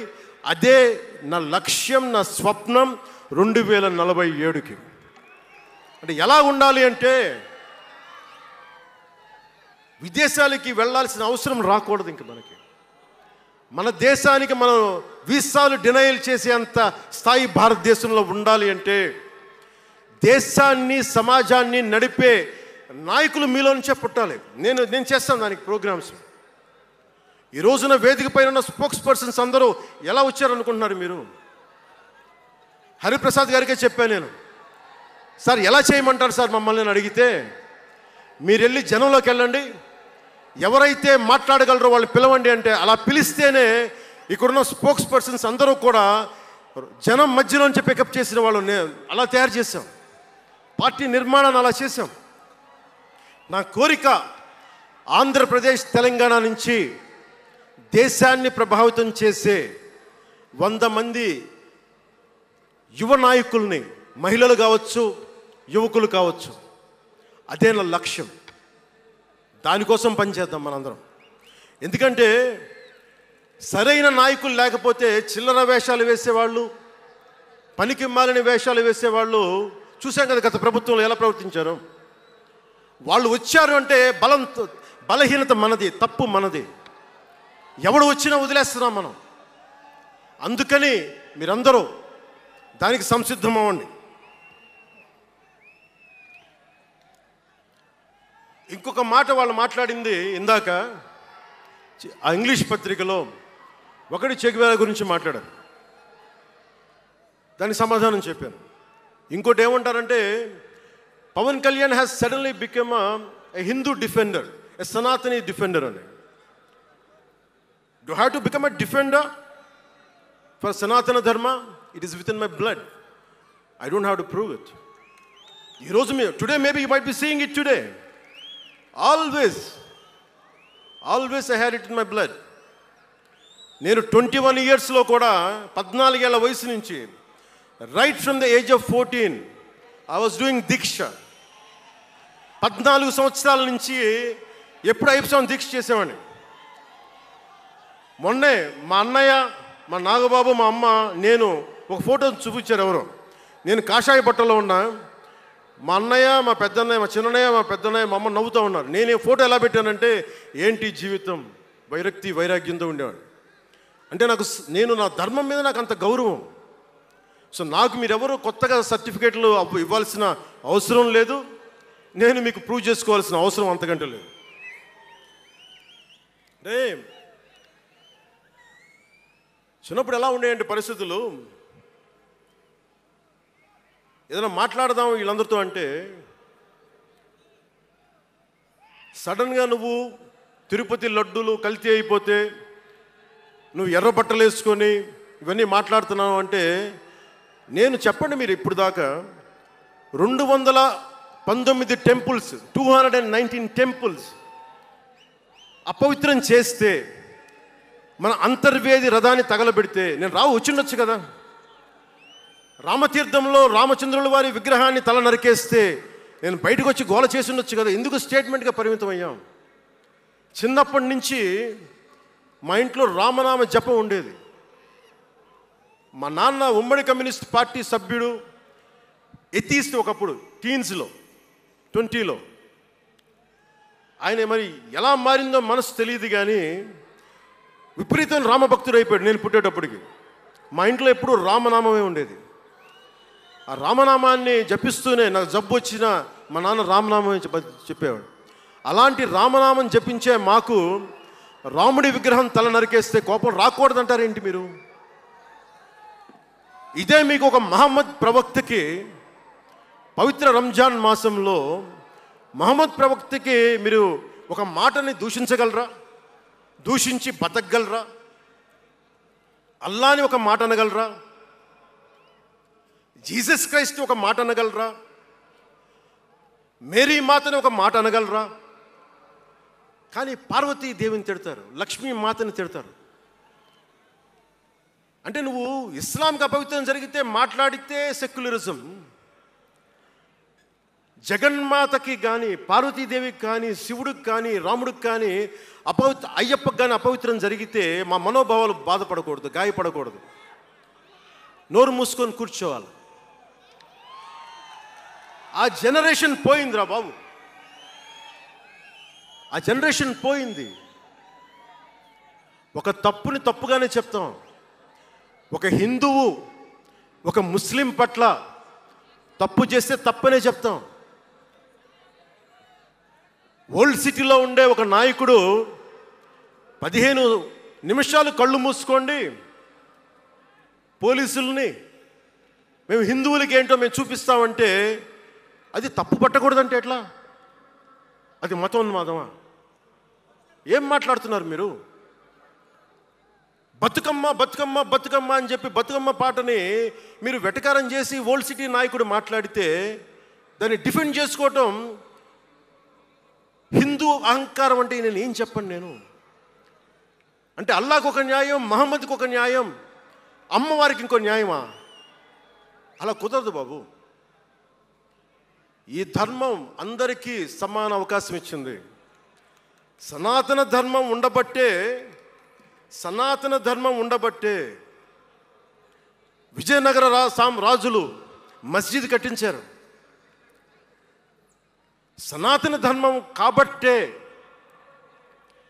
బంగ్లాదేశ్ని హిందువుల రక్తంతో తడిపి బంగ్లాదేశ్కి విముక్తి కలిగించాం. ఈ చరిత్ర తెలుసుకుంటే కదా. దేశ విభజన జరిగింది. మీరు ఎంతమందికి తెలుసు దేశ విభజన కష్టాలు? మీరు సినిమాలు నరుస్తారు. అక్కడ తాగిపోయారు మీరు. నేను అక్కడ తాగలా. నేను అమితాబ్కి ఫ్యాన్ని, నేను చిరంజీవి గారికి ఫ్యాన్ని.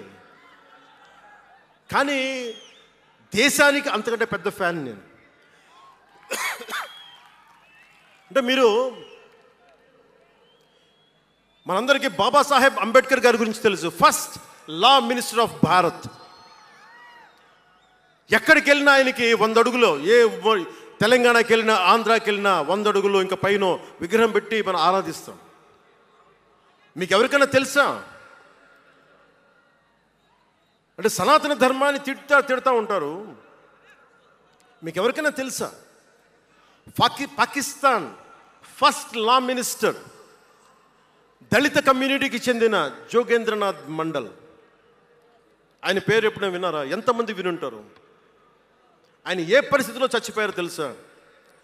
ఆయన నేను భారతదేశాన్ని నమ్మను, పాకిస్తాన్ని నమ్ముతాను అంటే అంబేద్కర్ గారితో సహా చాలామంది వద్దని చెప్పినా కానీ ఆయన పాకిస్తాన్కి వెళ్ళిపోయి దాన్ని బంగ్లాదేశ్లో చాలా హిందూ జిల్లాలు కలిపేసి, ఆయన దళిత కులాల నుంచి వచ్చిన వ్యక్తి. అందరూ ఆయన మాటలు నమ్మి ఆయన సమాజం హిందువులందరూ ఉండిపోతే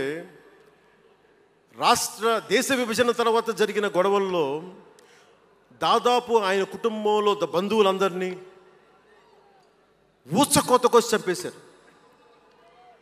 పాకిస్తాన్ లా మినిస్టర్గా వెళ్ళిన వ్యక్తి భారతదేశానికి తిరిగి కాందీసుకుడుగా వచ్చి చనిపోయారు ఆయన. అంటే ఏం చెప్తున్నది ఇది? 10-12% ఉండే హిందువులు పాకిస్తాన్లో, 10-12% ఉండే హిందువులు ఉండే పాకిస్తాన్లో, బలూచిస్తాన్లో అంతమంది ఉండే హిందువులు ఈ రోజున 1%-2% పడిపోయారు.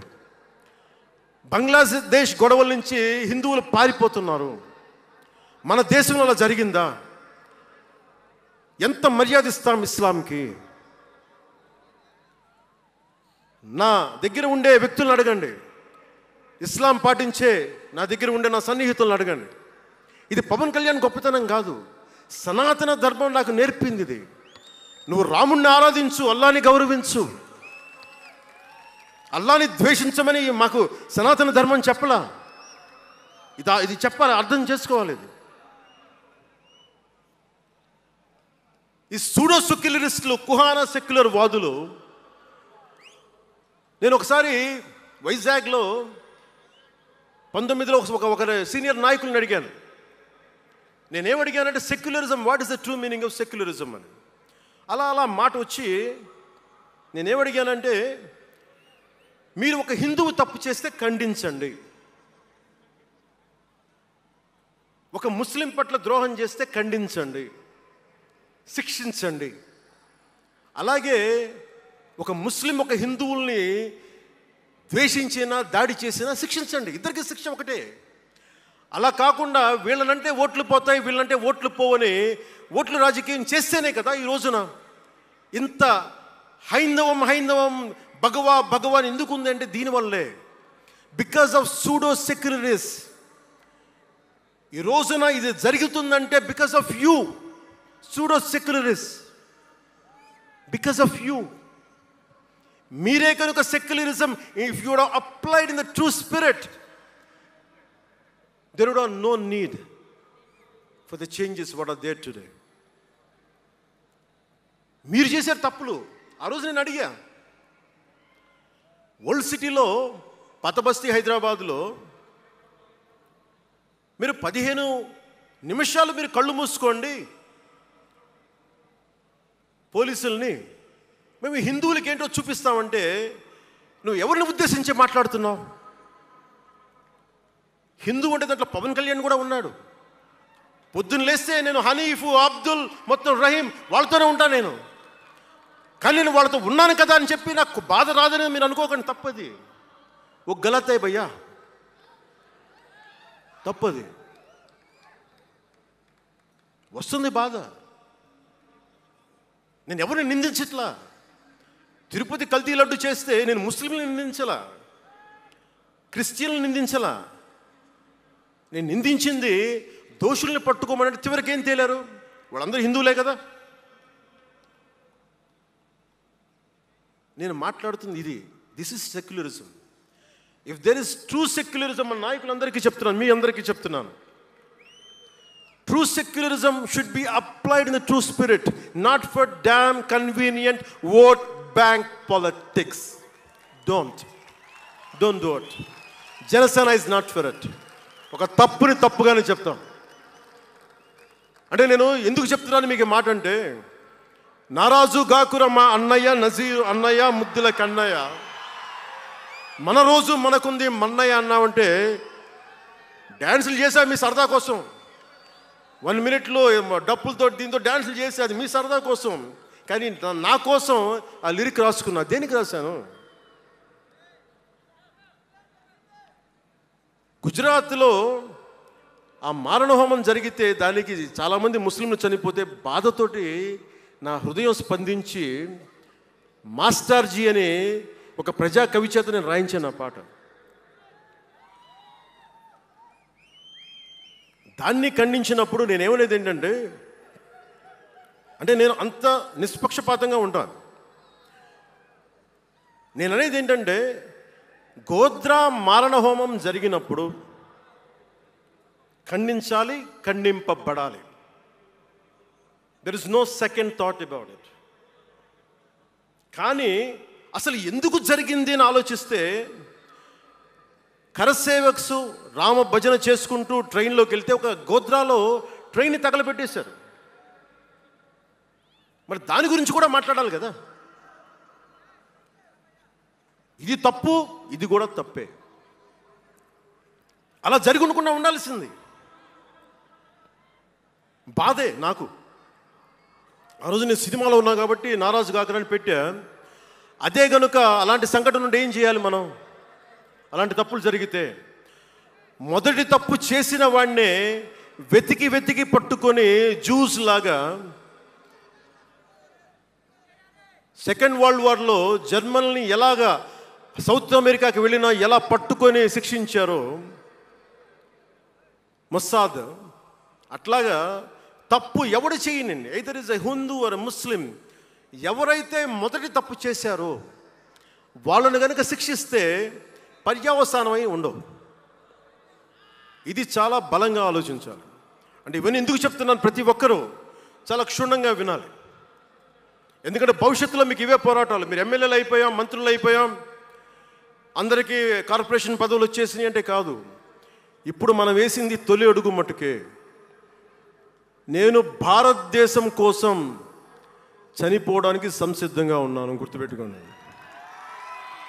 ఎందుకంటే నా ఇంటెన్సిటీ చాలా వైల్డ్గా ఉండదు.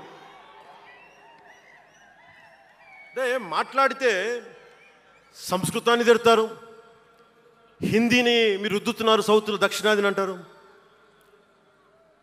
అన్ని దేశ భాషలే కదా. మన తమిళనాడులో తమిళ్ హిందీ రాకూడదు అంటుంటే నాకు అనిపించింది మనసులో ఒకటే, అప్పుడు తమిళ సినిమాలను హిందీలోకి డబ్ చేయకండి. డబ్బులేమో హిందీ నుంచి కావాలి, ఉత్తరప్రదేశ్ నుంచి డబ్బులు కావాలి, బీహార్ నుంచి డబ్బులు కావాలి, ఛత్తీస్గఢ్ నుంచి డబ్బులు కావాలి, కానీ హిందీ మాకు వద్దంటే అదే న్యాయం. పనిచేసే వాళ్ళందరూ మనకి బీహార్ నుంచి రావాలి, కానీ హిందీని ద్వేషిస్తానంటే ఎట్లా? ఇవన్నీ మారాలి కదా. అందుకని భాషల్ని ద్వేషించాల్సిన అవసరం లేదు.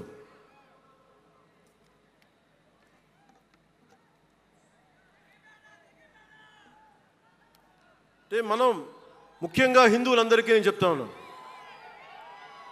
మీరు ముస్లింలను చూసి మీరు నేర్చుకోండి. పవిత్ర రంజాన్ మాసంలో ఉపవాస దీక్ష వహిస్తున్న నా ముస్లిం సోదరులందరికీ నా హృదయపూర్వక రంజాన్ శుభాకాంక్షలు. సంస్కృతాన్ని తిడతారు, గుళ్ళల్లో సంస్కృతాలు మంత్రాలు చదవకూడదంటారు. ముస్లిమ్స్ ఆ మాట అంటున్నారా? అరబిక్లోనే కదా, ఐదర్ హిందూ ముస్లిం, ఐదర్ ఆంధ్రప్రదేశ్లో ముస్లిం కావచ్చు, తెలంగాణలో ఉన్న ముస్లిం కావచ్చు, తమిళనాడులో ఉన్న ముస్లిం కావచ్చు, అరబిక్లోనే కదా మంత్రాలు చదువుతారు, ప్రార్థిస్తారు. హిందూ ధర్మంలో సంస్కృతంలో చేస్తారు. దానికి ఏంటి సమస్య? తమిళంలో చదవాలా, తెలుగులో చదవాలా, కన్నడంలో చదవాలా? ఆ విధి విధానాలు ఉన్నాయి, వదిలేసేయండి వాటిని. వాటి జోలికి వెళ్ళకుండా కష్టాలని వాటిని పట్టించుకోండి.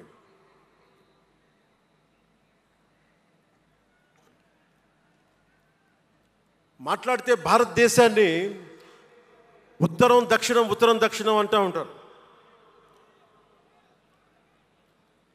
ఆంధ్రాని తెలంగాణ విభజన సమయంలో తెలంగాణ ఇవ్వకపోతే మేము ఈ భారతదేశానికి సంబంధించిన ఒక అన్న స్టేట్మెంట్లు చూసాం, అలాంటి నాయకుల్ని చూసాం. ఆంధ్రాని విభజిస్తుంటే ఆంధ్ర వాళ్ళు మేము ఇక్కడ సంబంధం లేదు, మేము భారతదేశంలో ఉన్నామన్న స్వయం నాయకులు నా దగ్గర అన్నారు. అంటే తెలంగాణ ఇవ్వకపోయినా, ఆంధ్ర ఇవ్వకపోయినా, విడగొట్టినా మేము భారతదేశంలోంచి విడిపోతామన్న మాటలు మీరు ఎలా మాట్లాడతారు? అంటే ప్రతి ఒక్కరికి కోపం వచ్చినప్పుడల్లా కట్ చేయడానికి భారతదేశం ఏదైనా కేక్ ముక్కడ్డా మీ అందరికీ? కట్ చేయడానికి, భారతదేశ సమగ్రతని విధ్వంసం చేయడానికి ఒక్కడు ఉంటే నాలాంటి వాళ్ళు 10 కోట్ల మంది బయటకు వస్తారు. తస్మాత్ జాగ్రత్త. నార్త్ సౌత్ డిబేట్కి నా సమాధానం ఒకటే. ఉత్తరాదిన ఉన్నది హిమాలయాల్లో, ఉత్తరాదినున్న హిమాలయాల్లో ఉంది పరమశివుని కైలాసం. దక్షిణాదిన ఆయన కుమారుడు కుమారస్వామి మురుగన్ నివాసం. ఈ దేశాన్ని విడగొట్టే ధైర్యం, సాహసం ఎవ్వడికి ఉందని నేను అనుకోను. ఆ భయం నాకు లేదు. వారు ఎంచుకున్న ప్రదేశం ఈ భారతదేశం. అలాంటి దేశాన్ని విడగొట్టాలి అనుకుంటే ఒకసారి ఆలోచించి మాట్లాడండి. భాష వేరు, భావం వేరు. మీరు బయటవారు, మేము లోపల వారం. మీరు ఉత్తరాది వాళ్ళు తెల్లగా ఉంటారు, మేము దక్షిణాది వాళ్ళు నల్లగా ఉంటామంటే, మా ఇంట్లోనే ఒకళ్ళు, మా అన్నయ్య 6 అడుగులు 2 అంగుళాలు 3 అంగుళాలు, నేనేమో 5 అడుగులు 9-10 అంగుళాలు నేను. మా బంధువుల్లో అన్ని రకాల వాళ్ళు ఉంటాం. కొంతమంది నల్లగా ఉంటాం, కొంతమంది తెల్లగా ఉంటాం. ఏం చెప్తాం దీనికి? అర్థం లేని మాటలేంటి ఇవన్నీ? ఇలాంటి మాటలతోటి దేశాన్ని విచ్ఛిన్నం చేయకండి. రాజకీయ వైరుధ్యాలు వేరు, ఆ వైరుధ్యాలు ఉండడం సహజం. వైరుధ్యాలు ఉన్నాయి అనే నెపం మీద దేశాన్ని ముక్కలు చేయకండి. దక్షిణాదినున్న సెంగోల్, ఉత్తరాదినున్న ఢిల్లీ పార్లమెంట్లో ఉంది. ఒకవేళ వైరుధ్యం వస్తే వేర్పాటువాదం విడిపోమని కాదు, అది కాదు, కలిసి పరిష్కారం వెతకమని. డీలిమిటేషన్ ఉంది ఈ రోజున. డీలిమిటేషన్ జరిగితే పార్లమెంట్ సీట్లు దక్షిణాదికి తగ్గిపోతాయి అంటే అసలు తగ్గుతాయా లేదని డిస్కషన్ పెట్టండి. దానికి నేను రూపీ సింబల్ మార్చేస్తాను, నా భాషలో పెడతానంటే అప్పుడు మేము తెలుగులో కూడా పెట్టాలి. దానికి కన్నడ వాళ్ళు కన్నడంలో పెట్టాలి, గుజరాతీ వాళ్ళు గుజరాతీలో పెట్టాలి, మహారాష్ట్ర వాళ్ళు మహారాష్ట్రలో పెట్టాలి. దేనికైనా ఒక వివేకం, ఆలోచన ఉండద్దా?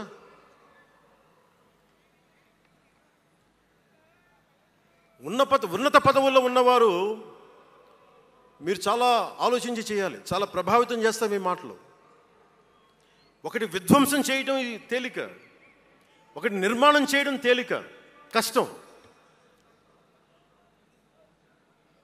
నేను వివక్ష అనిపించలేదు అనుకుంటున్నారా మీరందరూ? తమిళనాడులో పెరిగినప్పుడు 14 ఏళ్ళ వయసులో నేను తమిళనాడులో పెరిగినప్పుడు మైలాపూర్ స్కూల్ అన్నారే, గొల్టింగ వాడ అని పిలిచేవాడు. నేను నాకు అర్థమయ్యేది కదా గొల్టీ అంటే ఏంటి అనుకునేవాడిని. అదొక డెరిగేటెడ్ టర్మ్. అది నేను మా మాస్టర్ గారిని అడిగాను, రామ్నాథన్ గారిని అడిగాను, సార్ ఇంత మాదిరి சொல்கிறாங்க సార్, గొల్టీని சொல்கிறாங்க సార్ అంటే ఆయన నాకు ఒకటే మాట చెప్పాడు. వాళ్ళని పిలిచాడు, వాళ్ళని తిట్టాడు. ఏదో ఏంటి సార్ గొల్టీ, ఎందుకు సార్ గొల్టీ మీనింగ్ అంటే ఆయన ఏదో నవ్వి వదిలేసి ఆయన ఒక మాట అన్నాడు, అరే தெலுங்குని రివర్స్ பண்ண గొల్టీ అని சொல்லுவாங்கடா, அப்படி என்ன பெரியார் வந்து தெலுங்குக்காரன் தான்டா, பெரியார் வந்து தெலுங்குக்காரன் தான், బలిజన్ నాయకర్ దారు అవరు. ఆ టైంలో ఇప్పుడు మన తిరుపతి రాయలసీమలో ఉండే బలిజ నాయుడు కులానికి చెందిన వ్యక్తి పెరియార్ గారు, తెలుగు. ఆయన ద్రావిడ ఉద్యమ రూపకర్త. సో అందుకని భాషదేముంది, అందుకని దీన్ని పెట్టుకొని విధ్వంసం క్రియేట్ చేయడం సరైనది కాదు. నేను మీకోసం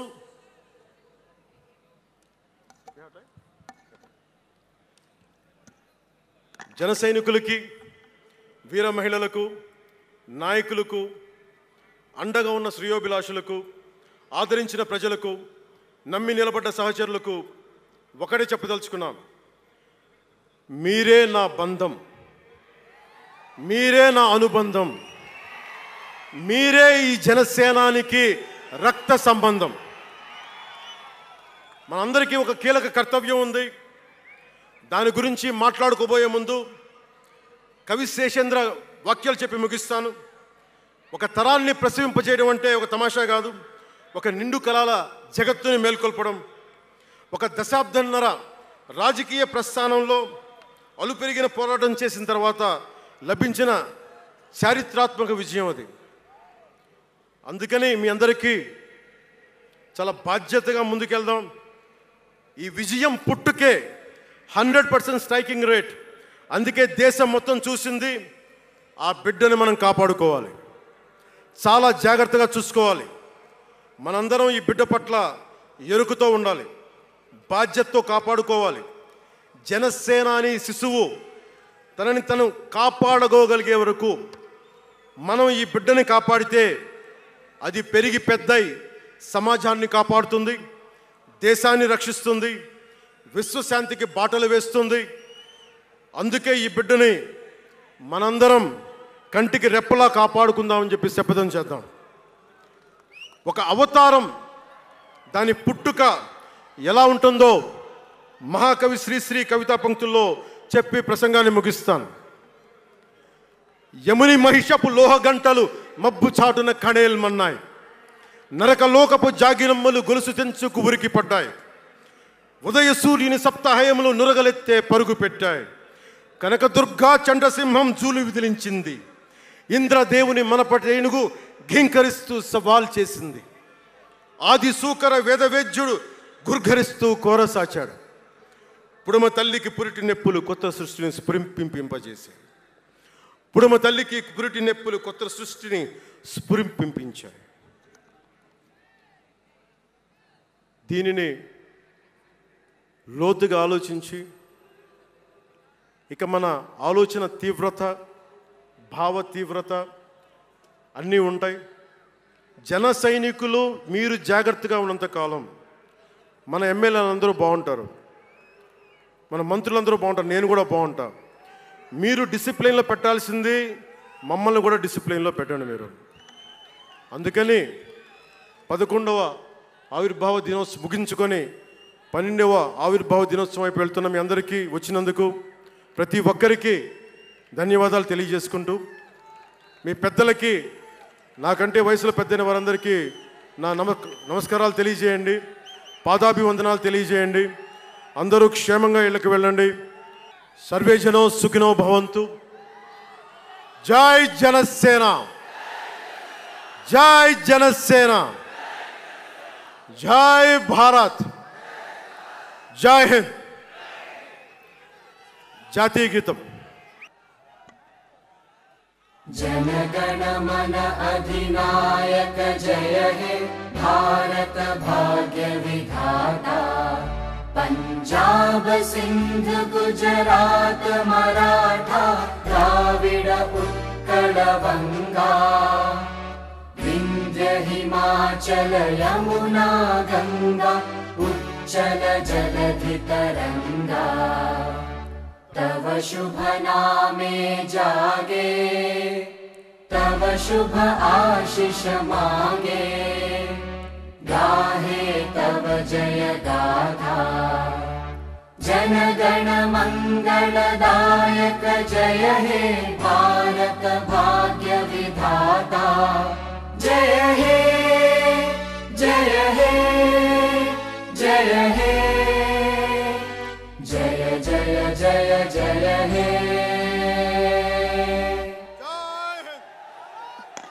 जय हिंद।